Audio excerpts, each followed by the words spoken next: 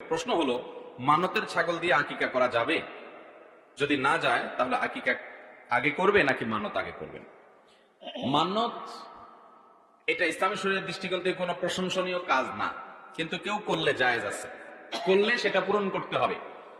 নবী করিম সাল্লাল্লাহু আলাইহি ওয়াসাল্লাম রীতিমতো বলেছেন যে তোমরা মানত করবে না, ইন্নামা ইউস্তাখরাজু বিহি মিনাল বখিল, মান্যতের মাধ্যমে বখিলের কৃপণের সম্পদটা বাহির হয় শুধু, এছাড়া তেমন কিছু না। মানত কাকে বলে? মানত বলা হয়, আল্লাহ আমার অমুক কাজটা হলো, আমার ছেলেটা অসুখ, সে সুস্থ হলে আমি একটা ছাগল দান করব, 2000 টাকা গরিব মানুষকে দিব, এটা হলো মান্নত। আবার মান্যতের মধ্যে কিছু মান্যত আছে যেগুলো ভুল মান্যত, যেমন আল্লাহ আমার এই কাজটা হলে আমি শাহজালাল শাহপুরানে মাজারে যাব, এরকম মান্যত আছে না নাই?